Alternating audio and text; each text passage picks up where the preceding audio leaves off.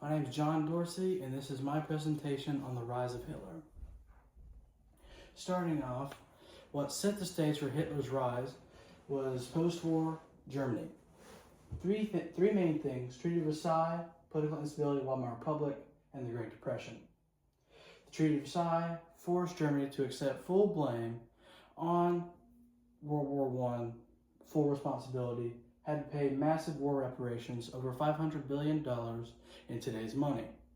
Now, with the political instability of the Weimar Republic, there were violent clashes between extremist groups from both the left and the right. And the Great Depression brought devastating economic hardship to the German people and creating mass, widespread unemployment. Now, who was Hitler? Hitler was born 1889 and died 1945. He served in the German military during World War I. A quote from Hitler himself: Hitler developed strong nationalist and anti-Semitic views. And a quote from Hitler: by defending myself against the Jew, I am fighting for the work of the Lord. In 1913, Hitler moved to Munich, Germany, to avoid military service in the Austro-Hungarian Empire for being considered too weak. Around the same time, he also joined the German Workers' Party, also known as the Nazi Party. Hitler was arrested and put in prison for his role in the failed 1923 Beer Hall Putsch, which he was sentenced a 5-year prison sentence, but only served 9 months out of the 5. Hitler was an extreme nationalist and believed German Aryan race should be the dominant and nothing else should exist.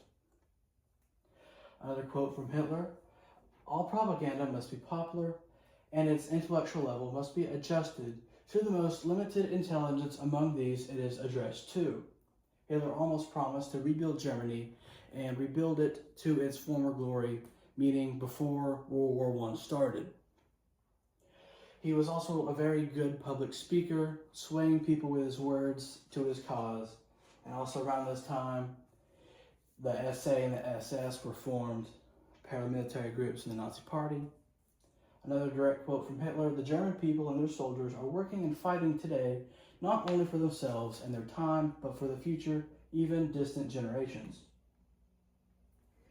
Now, the Great Depression was a period in time that lasted from 1929 to 1933 in Germany. It experienced great levels of deflation, making prices fall roughly 20 to 25%, causing massive unemployment. And the reason for this is because before the Great Depression hit, Germany had to pay the reparations for the Treaty of Versailles. Now, they couldn't pay this, so they had to print off a lot more money that they did not have, represented by this image right here. Now, when the Great Depression hit, because of the deflation, it caused it for businesses in Germany not to be able to make a profit. Around this time, the Nazi Party begins to make more and more power in the German Parliament, or the Reichstag. Now, Hitler becomes Chancellor in 1933. The only reason why he was put in there was because President Paul von Hindenburg thought that he could be kept under his thumb and controlled. The only reason why he put him in there to begin with was from pressure from conservative politicians saying we have to appease the Nazi Party and his ambitions, therefore making it where he has to have some sort of power in the German Parliament just to appease them, and hopefully in hopes of keeping them down and making it to where they won't have any more ambitions past that. A direct quote from Paul von Hindenburg himself: that man for Chancellor, I'll make him a postmaster and he can lick the stamps with my heads on them. It only took Hitler 1 year to become dictator of Germany. When he did this, he took radical measures to keep his power. Such actions included the Night of the Long Knives, which on this night, Hitler ordered widespread executions of people who did not agree with his ideals or he considered too dangerous to be kept alive. He also banned any and all other political parties, so the only ruling party could be the Nazi Party. No one else could oppose them. Now, around the same time, the Enabling Act, which gave Hitler full power to pass laws without the Reichstag basically making his entire word law. Whatever he said would go. And the Reichstag fire was a fire started allegedly by Nazi Party members and Nazi sympathizers. They pinned the blame on the communists at the time, therefore giving the Nazi Party action to point the blame at and drawing people toward their cause even more. And also the day that Paul von Hindenburg died, Hitler declared himself Führer and leader of the Third Reich.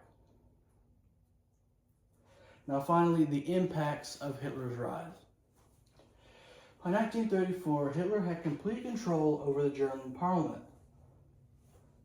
He had control over everything. It was in the palm of his hand.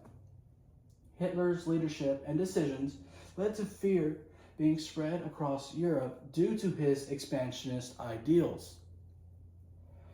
The rise of Hitler was not inevitable, but the result of choices made by individuals and institutions in crisis. Hitler's reign over Germany caused the greatest conflict in human history, also known as World War II. During this war, an estimated 70 to 85 million people died in the war.